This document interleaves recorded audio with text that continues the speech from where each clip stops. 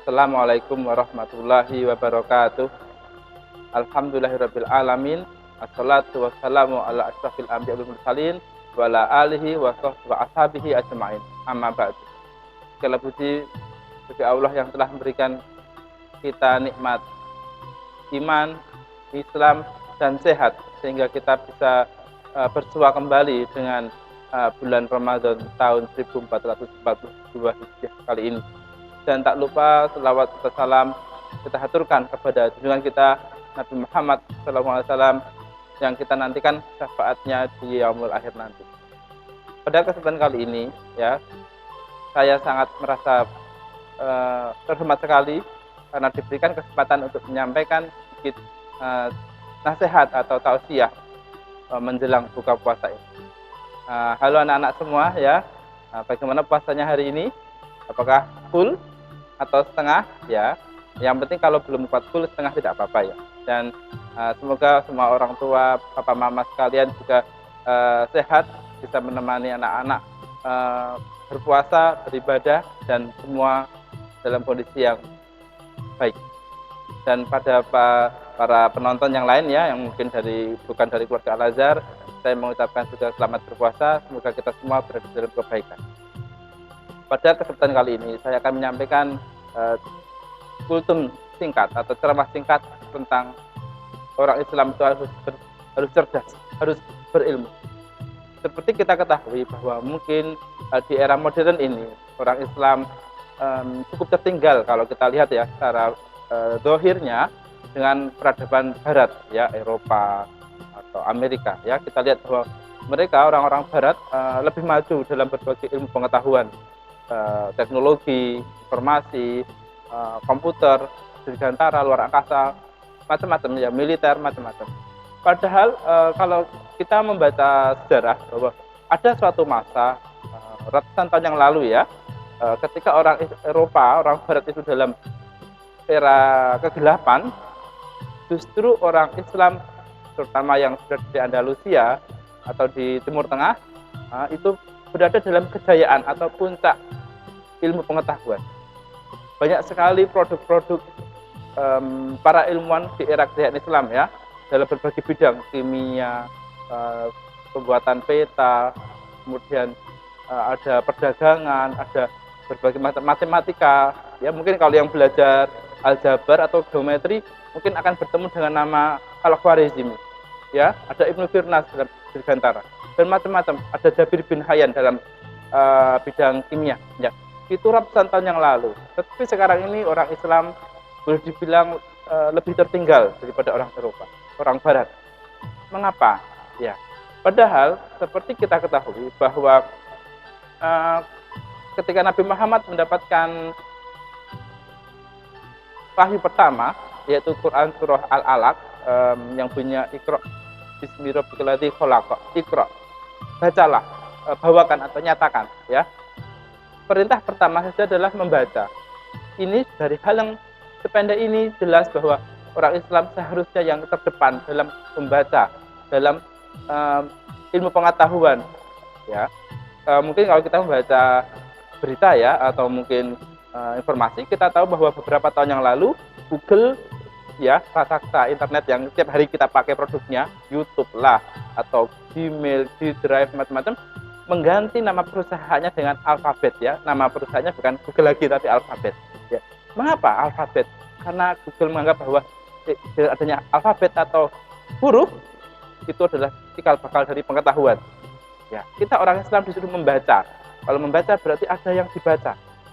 Orang Islam punya Al-Quran, punya hadis, punya berbagai macam karya pengetahuan, tapi apakah kita masih membacanya? Coba, mungkin dari kita rajin membaca status WA, status Facebook, status apalagi Instagram ya mungkin ya. Tapi apakah kita membaca hal-hal yang bermanfaat yang bisa memberikan kita pengetahuan? Ya, itu kembali kepada diri kita masing-masing. Tapi alangkah baiknya kita semua membiasakan membaca berbagai macam informasi yang memberikan pengetahuan kepada kita. Nabi Muhammad bersabda, "Utlubul ilma ilal mahdi ilalah." Menuntut ilmu itu dari buayan sampai ke liang lahat. Dari masih kecil sudah mencari ilmu, mencari pengetahuan. Meskipun itu mungkin pengetahuannya sepele, sekedar belajar membaca, baca sudah ya, anak kecil belajar makan sendiri, belajar mandi sendiri, seperti itu. Tapi itu adalah pengetahuan juga. Sampai orang besar juga harus membaca banyak hal ya. Kita orang Islam itu harus mencari ilmu. Ilmu secara umum bisalah kita bagi dua ya. Ilmu yang fardu ain, masing-masing orang Islam wajib pelajari. Contohnya apa? Ilmu agama, ilmu bersuci ya. Kita nggak mungkin tanya terus sama orang lain tentang bagaimana bersuci, bagaimana wudhu, bagaimana mandi junub, bagaimana ibadah sholat. Belum sholat kita tanya dulu, sholat itu caranya gimana sih? Ya mungkin kalau sekali dua kali tanya bisa, tapi kita tidak mungkin setiap hari bertanya seperti itu. Oleh karena itu ilmu agama seperti itu fardu ain untuk kita. Apa fardu ain? Wajib atas masing-masing atau setiap orang. Yang kedua, ilmu yang fardu kifayah. Maksudnya adalah kalau sudah ada orang yang mempelajarinya, berarti orang yang lain bisa terlepas dari kewajiban mempelajari hal tersebut. Tapi bukan berarti kita boleh menggantungkan hal tersebut pada orang lain saja. Kan orang lain sudah ada yang belajar, buat apa aku belajar? Ya, contohnya apa? Kita tahu bahwa orang Islam itu banyak jumlahnya. Ya, mungkin ada yang sakit, ada yang sehat. Ketika ada orang sakit, maka butuh tenaga medis, dokter, perawat, apoteker, dan lain sebagainya ya. Apakah ketika butuh tenaga medis seperti itu, dan ternyata tidak ada tenaga medis yang Islam, kita tidak boleh pergi ke tenaga medis yang bukan Islam? Tetap boleh ya, kita boleh berobat kepada orang yang bukan Islam. Tetapi alangkah baiknya jika kita yang orang Islam berobat kepada orang yang Islam, ya. Ketika ada opsi bahwa orang Islam juga ada yang mempunyai profesi yang sama. Orang Islam membutuhkan masjid yang bagus, yang megah. Alangkah baiknya jika ada orang Islam yang menjadi arsitek, yang ahli di bidang bangunan, ahli bidang pertukangan. Untuk apa? Untuk membangun masjid-masjid buat orang. Kampung orang Islam butuh jembatan, ya. Alangkah baiknya jika ada tukang bangunan ahli yang bisa membangun, itu adalah orang Islam sendiri. Jadi alangkah baiknya jika kebutuhan orang Islam juga dipenuhi oleh orang Islam.